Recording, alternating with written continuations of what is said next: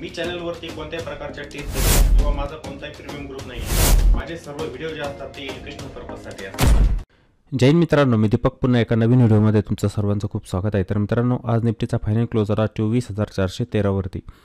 24,413 वरती आजच्या दिवशी निफ्टीने फायनल क्लोज दिला। आजच्या मार्केटमध्ये पण उतार चढाव होते आणि अशा उतार चढावामध्ये जो ऑप्शन बायर असतो त्याला लॉस होत असतो। मी नेहमी ही गोष्ट तुम्हाला सांगत असतो। आता काही जण म्हणणार की तुम्ही सारखं त्याच गोष्टी रिपीट करत असतात। रिपीट करत जाणार, जे चुकीचं आहे त्याला मी रिपीट करणार, कारण की अशा ठिकाणी हे जे मार्केट आहे ना, मी तुम्हाला म्हणतो उतार चढाव येत आहे या ठिकाणी, जे ऑप्शन बाईंग करतात खास करून ते असं बोलू शकतात की हे सारखं त्याच गोष्टी रिपीट करत असतात। जे ऑप्शन बाईंग करत असतात मी बोलत जाणार, कारण की ही गोष्ट चुकीची। अशा मार्केटमध्ये किंवा कोणत्याही मार्केटमध्ये ट्रेंडिंग कमी वेळेला असतं। मी मागे पण तुम्हाला सांगितलेलं आहे की मार्केट जे असतं ना आपलं ट्रेंडिंग ते कमी वेळेला असतं आणि साईडवेज जे असतं ना ते जास्त वेळेला असतं। एका रेंजमध्ये जास्त असतं, ते खालीवर जास्त होत असतं। मग अशा ठिकाणी ऑप्शन बाहेर जो असतो ना त्याचा लॉस होत असतो। लॉस होण्याचं कारण काय?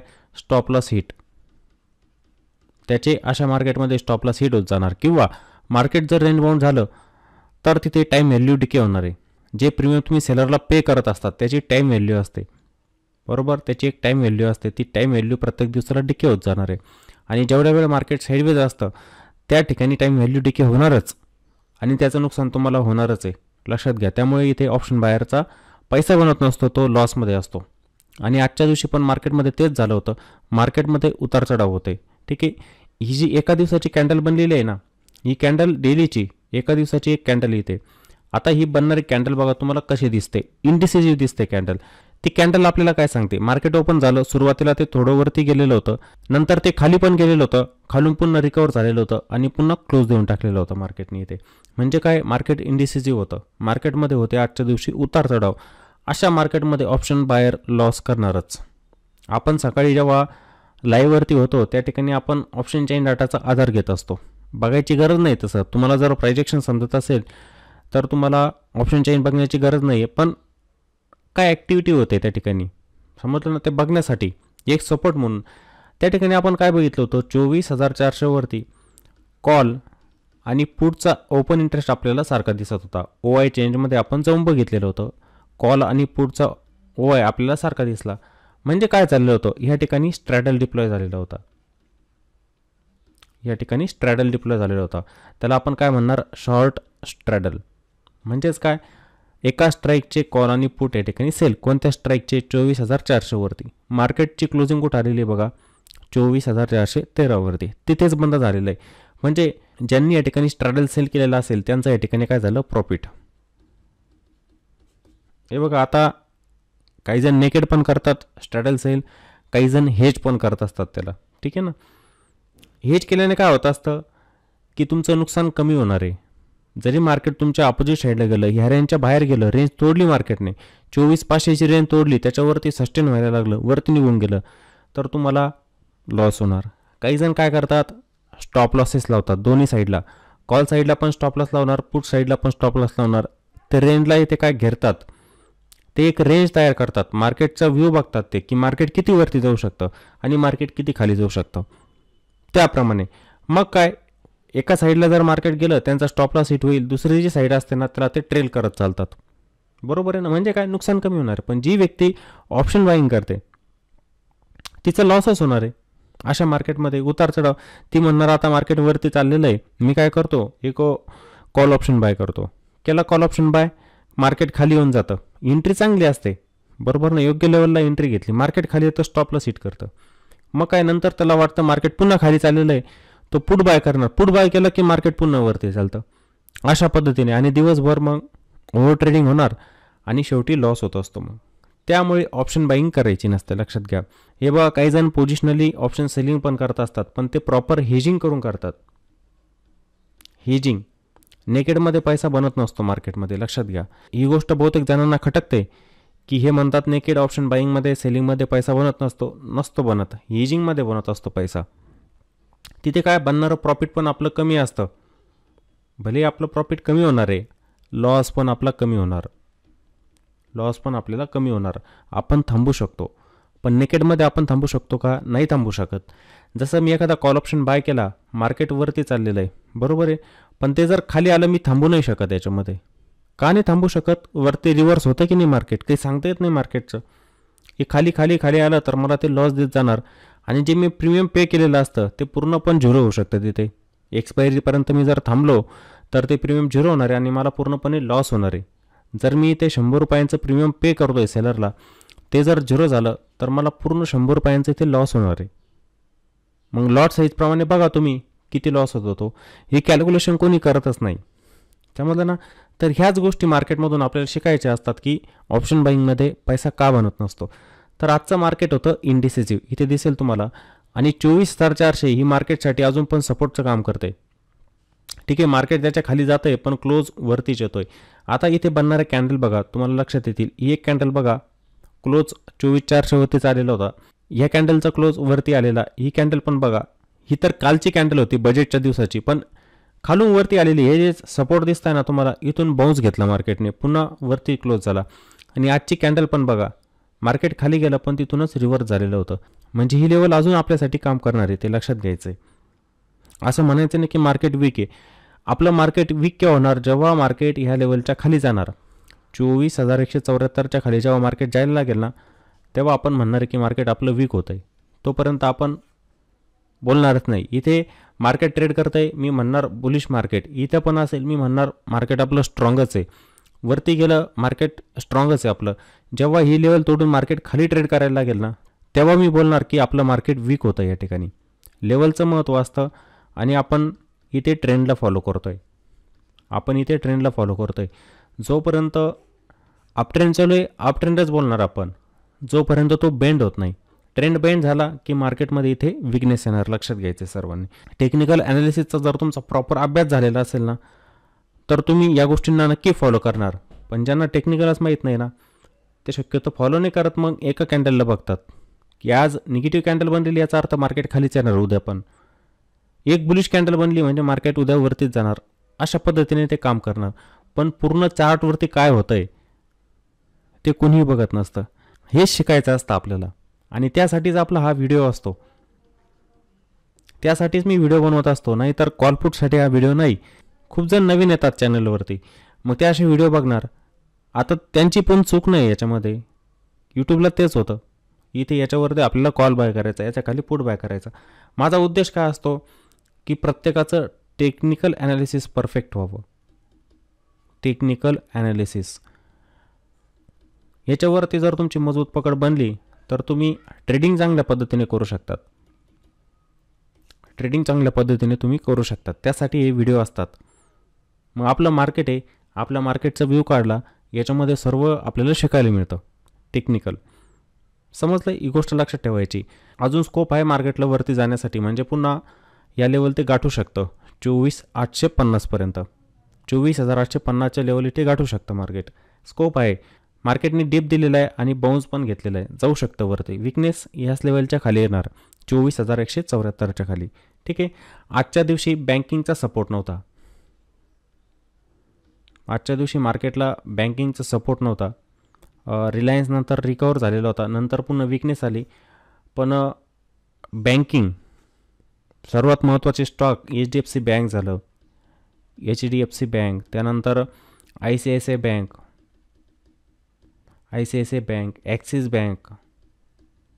ॲक्सिस बँक आणि SBI, हे महत्त्वाचे स्टॉक. आता हे चार जरी स्टॉक तुम्ही बघितले ते ना, यांचं वेटेज निफ्टी 50मध्ये जास्त आहे. HDFC बँक तर सर्वात जास्त. 2 नंबर स्टॉक म्हणजे कोणता? रिलायन्स. त्यानंतर ICICI बँक आहे, ॲक्सिस बँक आहे. हे जे स्टॉक आहे ना, महत्त्वाचे स्टॉक, यांचं इंडेक्समध्ये वेटेज जास्त. आणि इंडेक्समध्ये ज्यांचं वेटेज जास्त आहे तेच स्टॉक जर वरती जात असतील ना, तर इंडेक्स वरतीच जाणार आहे. निफ्टी बँक इंडेक्स बघा, आजच्या दिवशी खाली येत होता. कारण काय? हे स्टॉक खाली पडत होते, यांच्यामध्ये सेलिंग जास्त प्रमाणात झाली होती, त्यामुळे निफ्टी 50 इंडेक्स पण खाली आला. निफ्टी खाली येण्याचं कारण काय होतं? हे स्टॉक होते.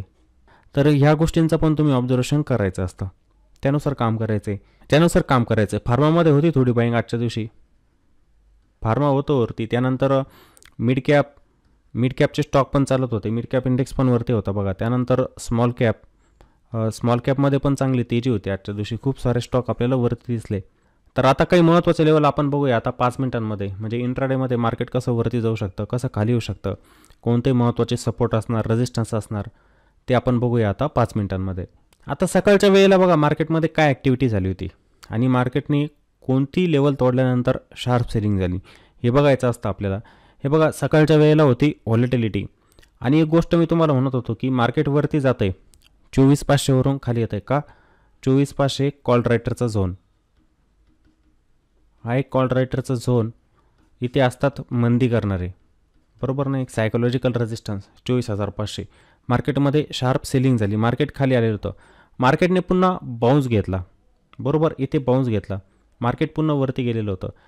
पण हे हाय ब्रेक करत नव्हतं. मी तुम्हाला काही गोष्टी इथे पण सांगितल्या होत्या बघा. हा एक हाय बनवला आहे मार्केटने आणि हा एक लो बनवला आहे. मार्केटवरती जातं आहे पण ह्या हायला ब्रेक करत नाही. पुन्हा खाली येतं आहे पण ह्या लोला ब्रेक करत नाही. म्हणजे काय, इथे एक रेंज बनवत चाललेलं आहे मार्केट.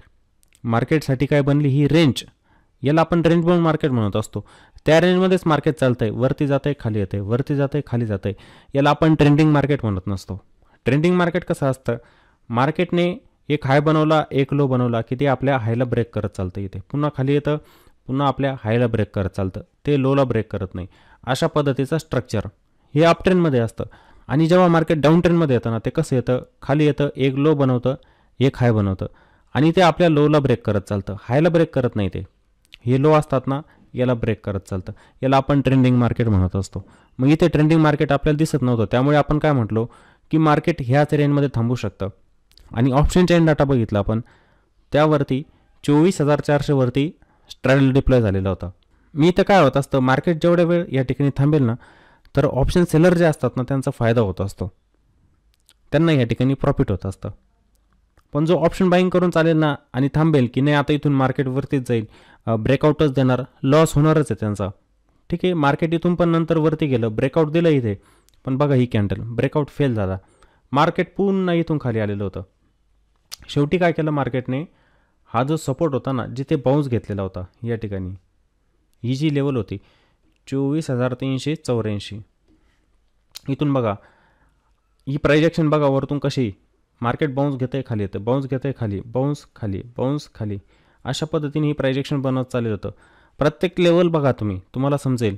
स्लोली खाली पण आलं आणि नंतर पुन्हा इथे ब्रेकडाऊन देऊन पुन्हा शार्प 10 मिनिटांमध्येच एवढं खाली येऊन गेलेलं होतं मार्केट. इथे मार्केटमध्ये काय झाली, जास्त प्रमाणात सेलिंग झाली. मग या रेंजच्या बाहेर गेलेलं होतं मार्केट, ताबडतोब खाली गेले. इथून 10 मिनिटांमध्येच जास्त प्रमाणामध्ये मार्केटमध्ये सेलिंग झालेली होती या ठिकाणी. आणि नंतर मार्केट पुन्हा रेंज बाउंड झालं. इथे कसा लॉस होतो तुम्हाला सकाळी पण मी सांगितलं की इथे काय होतं, पुट बाय करतात. एंट्री चांगली आहे तुमची. समजा तुम्हाला वाटलं की मार्केट आता इथे खाली जातं आहे, मी पुट बाय करतो, मार्केट जातं वरती निघून, स्टॉप लॉस हिट. इथं काय म्हणणार तुम्ही, एक रेजिस्टन्स ब्रेक होतो आहे, कॅन्डल मोठी बनते, मी कॉल बाय करतो. कॉल बाय केला, मार्केट येतं खाली, काय होतं आहे, स्टॉप लॉस तुमची हिट होत आहे. इथं काय होतं आहे, तुम्ही म्हणणार ब्रेकआउट देतं आहे मार्केट, मी कॉल बाय करून टाकतो, मार्केट येतं खाली. इथं काय होतं आहे, कॅन्डल मोठी बनताना दिसेल, तुम्ही इथे पण कॉल बाय करणार, खाली येतं मार्केट, काय होणार, स्टॉप लॉस हिट होतं की नाही. अशा गोष्टी, अशा ठिकाणी मग लॉस होत असतो. ऑप्शनमध्ये हेच होत असतं, ठीक आहे ना. इंट्राडेमध्ये ज्या व्यक्ती काम करत असतात ना त्यांच्यासोबत असंच होणार, त्यामुळे ऑप्शनमध्ये पैसा बनत नाही. आता इथे आल्यानंतर बघा मार्केट खाली, इथे रेंज बाउंड झालं पुन्हा. एक रेंज बघा, खाली एक सपोर्ट होताच 24,300चा, हा एक सपोर्ट होता आणि हा एक रेजिस्टन्स बनला. हे सपोर्ट जे असतात ते नंतर काय बनतात मार्केटसाठी, रेजिस्टन्स. ही एक रेंज बनली मार्केटसाठी. इथे पण बघा काय ॲक्टिव्हिटी, ब्रेकआउट तर द्यायचं मार्केट पण कंटिन्युएशन होत नव्हतं. ते कंटिन्युएशन कसं झालं, इथे शार्प बाईंग आली. इथे बघा या 15 मिनिटांमध्ये मार्केट पुन्हा ह्या लेवलपर्यंत जाऊन पोहोचलं, इथे या रेजिस्टन्सपर्यंत जाऊन पोहोचलेलं होतं ताबडतोब एका फ्लोमध्ये. वेळ घालवला मार्केटने इथे आणि हा शार्प अप दिला. इथे पण काही जण फसलेले असणार की मी इथे कॉल बाय करून टाकतो, बरोबर ना, की ब्रेकआउट कॅन्डल इथे दिसते मला एक, तिच्यामध्ये जातो मी, इथे पण त्यांचा लॉस होणार, बरोबर ना. ह्या गोष्टी होतात 5 मिनिटांमध्ये. असं स्ट्रक्चर जर तुम्हाला डेलीमध्ये दिसलं तर तुम्ही इथे शक्यतो ट्रॅप होत नाही. डेलीचा चार्ट म्हणजे एका दिवसाची बनणारी कॅन्डल, 1 डेची कॅन्डल आणि त्यानंतर 5 मिनिटांची कॅन्डल, याच्यामध्ये खूप मोठा डिफरन्स असतो. इंट्राडेमध्ये ही अशी ॲक्टिव्हिटी होणार म्हणजे आपण मोठ्या टाईम फ्रेममध्ये बघत असतो ना, तिथे अशा शक्यतो गोष्टी होत नाही. ब्रेकआउट फेल व्हायला कोणत्याही टाईम फ्रेममध्ये होणार, पण तिथं असं शक्यतो होत नाही. जर मार्केटने वेळ घालवला, ब्रेकआउट दिला, ट्रेंड रिव्हर्सल होत असेल, तर शक्यतो तिथं अशा गोष्टी होत नाही आणि तिथं तुम्ही थांबू पण शकतात. समजलं का?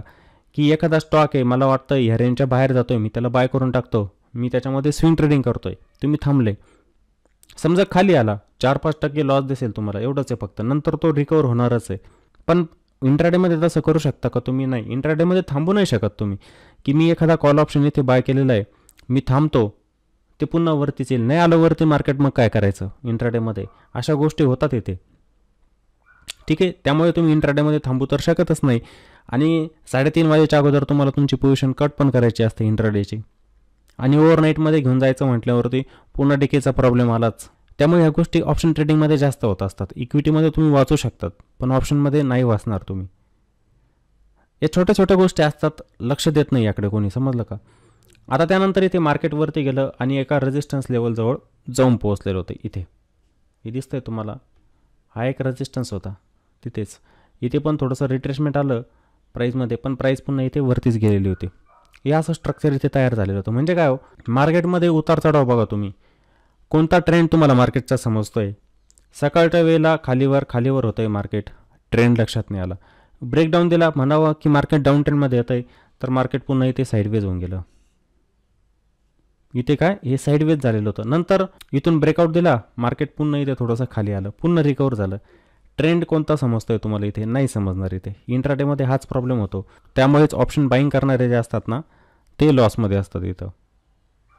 ही गोष्ट आली प्रत्येकाच्या लक्षामध्ये की नाही आली? सांगा. आलेली असेल माझ्या मते या सर्व गोष्टी, पण चुकून आता इथे काय झालेलं आहे, कोणाचं लक्ष गेलं की नाही काय माहीत. मी तर इथे ॲनालिसिस करत जातो एका फ्लोमध्ये, पण इथे ना टाईम फ्रेम 3 मिनिटांचा आहे बघा. ते माझ्या लक्षात आलं आत्ता. आपण जे आपण ॲनालिसिस करतोय ना आता 3 मिनिटांमध्ये करतोय. आपण याला शिफ्ट करू 5 मिनिटांमध्ये, काही अडचण नाही आहे. एवढा काही मोठा बदल होणार नाही ॲनालिसिसमध्ये, सेम असणार आहे आपलं स्ट्रक्चर, तसंच दिसणार आहे तुम्हाला. हे बघा, काहीच फरक नाही. टाईम फ्रेम चुकून माझ्याकडून 3 मिनिटांचा होऊन गेला होता, काही अडचण नाही. पण तसंच आहे, प्राईस फॉर्मेशन तुम्हाला तसंच दिसणार आहे, ठीक आहे. हे जे मार्केट इथून वरती गेलेलं होतं, हे रिकवर झालं, इथे रिजेक्शन घेतलं, पुन्हा मार्केटने सपोर्ट घेतला इथे आणि पुन्हाच इथे क्लोज दिलेला आहे. 24,441 दिसतोय, पण फायनल जी क्लोजिंग आली ना 24,413 वरती आली, म्हणजे ह्या लेवलच्या आसपास इथे क्लोज आलेलं आहे मार्केटचं. नंतर ॲडजस्ट होऊन जी प्राईस आली ना इथे 24,413 वरती. मग आता उद्यासाठी महत्त्वाचे लेवल कोणत्या, हर्डल कोणते असणार आहे? तर हर्डल हेच आहे. आपण काय करू शकतो ना, ही जी लेवल आहे 24,475ची, हिला थोडं शिफ्ट करू शकतो आपण. कशा पद्धतीने? हे बघा, मार्केट जे आज ब्रेकआउट द्यायचं आणि ज्या लेवलपासून खाली यायचं ना, ती लेवल म्हणजे 24,500 होती. मी हिला फक्त थोडंसं शिफ्ट करतो इथे आपण 24,500 करूया, राऊंड फिगर लेवल आहे ना, इथपर्यंत घेऊन जाऊ आपण हिला. ही लेवल ठेवूया अशा पद्धतीची. 24,475 होती, पण मी तिला थोडंसं शिफ्ट करतो आहे आता वरती हां, आणि ही लेवल हिला पण थोडंसं शिफ्ट करून घेतो वरती अशा पद्धतीने इथे. आता ह्या लेवल होतील आपल्यासाठी सुटसुटीत, म्हणजे तुम्हाला समजेल मी ह्या लेवल हलवण्याचं कारण काय. हे बघा, इथूनच रिजेक्शन, ही लेवल पण इथे कन्सिडर केली जाणार ती, आणि ही लेवल पण अशा पद्धतीने. समजलं ना? 24,500 का एक सायकोलॉजिकल रेजिस्टन्स आहे, त्यामुळे त्या लेवलला मी थोडं शिफ्ट केलेलं आहे. हा एक रेजिस्टन्स आहे. आता उद्यासाठी पुन्हा रेजिस्टन्स कोणता असणार आपल्यासाठी? हाच 24,441 ही लेवल आपल्यासाठी असणार एक रेजिस्टन्स. मार्केटने इथं वेळ घालवला, बरोबर वेळ घालवून मार्केटने इथे ब्रेकआउट दिलेला आहे आणि इथं खाली होऊन पुन्हा आता वरती जाते, क्लोज इथं आलेलं आहे, बघायचं आहे. आता इथे जर मार्केट समजा फ्लॅट ओपन झालं आणि ह्या लेवलच्या वरती ट्रेड करायला लागलं, तर इथे हा रिव्हर्सल पण होऊ शकतो मार्केटमध्ये. ही जी प्रायजेक्शन इथे चार्टवरती बनते ना, हिला कंटिन्यू करू शकतं. ही जी प्रायजेक्शन मार्केटमध्ये बनत येतं आहे, इथे काय झालं, कॉन्सॉलिडेशन, इथे काय झालं, ब्रेकआउट, त्यानंतर ट्रेंड चालू होतं आहे नवीन मार्केटचा, ठीक आहे ना. इथेच हा रेजिस्टन्स जर ब्रेक झाला, याच्यावरती ट्रेड करायला लागलं, तर मार्केट इथून पुन्हा ट्रेंडिंग होऊ शकतं. म्हणजे ही लेवल जर ब्रेक केली, तर नेक्स्ट हर्डल जो असणार आहे 24,500चा, हा रेजिस्टन्स असणार. हा रेजिस्टन्स ब्रेक केला तर नेक्स्ट येणारा हर्डल 24,500. मार्केट जर ह्या लेवलच्या वरती थांबायला लागलं, तर मार्केटमध्ये चांगला मूव येऊ शकतो. समजतंय? हे मूव येण्याचं कारण काय? जी आजची बनणारी कॅन्डल आहे अशी दिसते तुम्हाला, इंडिसिसिव्ह कॅन्डल, बरोबर ना. ह्या कॅन्डलच्या वरती जेव्हा मार्केट ट्रेड करायला लागेल, तर चांगला मोमेंटम इथे मार्केटमध्ये बनू शकतो. हीच ती लेवल आहे बघा आजची, म्हणजे डे हाय. ही जे डे हाय असतात आपल्यासाठी रेजिस्टन्सचं काम करतात. मग बघायचं आहे. आणि तसं पण ही एक सायकोलॉजिकल रेजिस्टन्स आहे. इथे कॉल रायटर जास्त असणार. जेव्हा हे कॉल रायटर आपल्या पोझिशन या ठिकाणी स्क्वेअर ऑफ करतील, मार्केटमध्ये एक शॉर्ट कवरिंग मूव इथे येऊ शकतो. इथे काय येणार, शॉर्ट कवरिंग मूव. आणि तसं पण उद्या निफ्टीची एक्सपायरी पण आहे बघा. मॅक्स पेन कुठे असेल माझ्या याच्यानुसार 24,500 वरती असणार उद्या. ते आता मार्केट ओपन झाल्यानंतर समजेल उद्या, समजलं का, 24,500 वरती. मग जर इथे वेळ घालून ह्या लेवलच्या वरती जर थांबायला लागलं मार्केट, इथून एक शॉर्ट कवरिंग रॅली मार्केटमध्ये येऊ पण शकते. ती मार्केटला घेऊन जाऊ शकते 24,600 पर्यंत डायरेक्ट. त्या लेवल आपल्याला निफ्टीमध्ये मिळू शकतात. हे जे रेजिस्टन्स आहे ना, या लेवल पण आपल्याला ब्रेक होताना दिसू शकतात. मार्केट 24,400ला ब्रेक करत आहे. 3-4 ट्रेडिंग सेशन आपण बघितले, पण त्याच्या खाली क्लोज येत नाही मार्केटचं. जसं आलेलं इथे खाली क्लोज दिला नाही, मात्र ते वरती गेलेले निघून, समजलं. याच्या खाली जेव्हा मार्केट थांबायला लागेल, थोडा विकनेस, काही कालावधीसाठी मार्केट फक्त वीक. जेव्हा 24,174च्या खाली मार्केट जाणार, मग जास्त विकनेस मार्केटमध्ये येणार आहे, समजलं. इंट्राडेमध्ये जर समजा 24,400च्या खाली गेलं मार्केट पुन्हा, जसं इथे बाउन्स घेतलेला आहे, ही जी लेवल दिसते तुम्हाला 24,400ची, या लेवलच्या खाली ही जी लेवल आहे समजा 24,400ची, याच्या खाली गेलं, ओपन झालं थोडं फ्लॅट किंवा पॉझिटिव्ह, याच्या खाली जर ट्रेड करायला लागलं मार्केट, तर ही थोडीशी विकनेस येऊ शकते, समजलं. इथं थोडीफार विकनेस येऊ शकते मार्केटमध्ये. नंतर मग एक चांगला सपोर्ट आहे इंट्राडेमध्ये पुन्हा 24,300चा, हा एक सपोर्ट बनेल. इथे मार्केट येऊन बाउन्स घेऊ शकतं, कारण की आजच्या दिवशी पण बघा मार्केटने इथेच सपोर्ट घेतलेला होता. आणि मागे जर तुम्ही चार्टवरती जाऊन बघितलं, निरीक्षण करायचं की काही ॲक्टिव्हिटी इथे झालेली होती का, झालेली होती, इथे समजेल बघा तुम्हाला. मार्केटने इथे पण वेळ घालवलेला पहिले, ठीक आहे. इथूनच बाउन्स घेतलेला आहे ह्या लेवलपासूनच. त्यामुळे ही लेवल आपल्यासाठी इथे सपोर्टचं काम करणार, 24,300ची लेवल. जर मार्केट खाली गेलं तर ह्या लेवलला ब्रेक करून खाली जाऊ शकतं. त्यासाठी लेवल फार महत्त्वाचे असतात. काही जणांना हे ड्रॉप पण करता येत नाही. हे बघा, प्रॅक्टिस करा तुम्ही, सर्व काही जमतं. कुठून मार्केट खाली येतं आहे, कुठून बाउन्स घेतं आहे मार्केट, ह्या गोष्टी तुम्हाला बघायच्या असतात. तीच असते प्राइस ॲक्शन. ट्रेंड ओळखायचा असतो, ट्रेंड तुम्हाला आपोआप समजायला लागेल.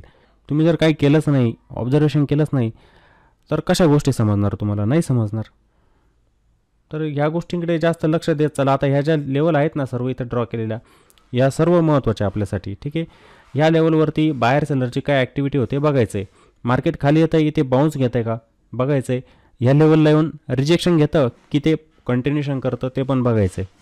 म्हणजेच काय होत असतं अशा ठिकाणी, हा ट्रेंड रिव्हर्सल होत असतो. जसं हे मार्केट टॉपपासून खाली येतं आहे बघा, हे खाली येतं आहे, हे खाली आलं, पुन्हा बाउन्स घेतला, इथे ही लेवल मी पूर्ण पकडतो चार्टला. आता या हायपर्यंत जातं आहे का, नाही जाते, ते काय करतं आहे, खाली येते. खाली येते म्हणजे या लोला ब्रेक करता येते, बरोबर. इथं आलं, पुन्हा वेळ घालवला, आता पुन्हा वरती जातं आहे. इथं खाली आलं, आता पुन्हा ह्या हायला ब्रेक करतं आहे का, करत असेल तर पुन्हा मग काय रिव्हर्सल. तो या असे स्ट्रक्चर बनत असतात प्राईसचे, ते तुम्हाला ओळखायचे असतात. तर ह्या गोष्टी शिकत चला आणि लाईव्ह मार्केटमध्ये पण थोडंसं बघत चला, चार्ट ट्रेडिंग करत चला. ती ॲक्युरेसी आपोआप येऊन जात असते. आणि मार्केटमध्ये काम करताना स्टॉपलॉसचा वापर करा. जे ऑप्शन ट्रेडिंग करत असतात इंट्राडेमध्ये किंवा काही जण इक्विटीमध्ये पण करत असतात, स्टॉपलॉसचा वापर करायचा आहे. स्टॉपलॉसला विसरू नका आणि मनामध्ये स्टॉपलॉस पकडू नका. रिस्क छोटी घ्यायची, प्रॉफिट जास्त घेत चला, समजलं. तर माझ्या मते निफ्टीमध्ये सर्वांना लेवल समजलेले असतील. आणि मित्रांनो, जर व्हिडिओ आवडला तर व्हिडिओला नक्की लाईक करायचं आहे, व्हिडिओला कॉमेंट पण करा आणि व्हिडिओला जास्तीत जास्त शेअर पण करा. चला तर मग पुन्हा भेटू एका नवीन व्हिडिओमध्ये. जय हिंद.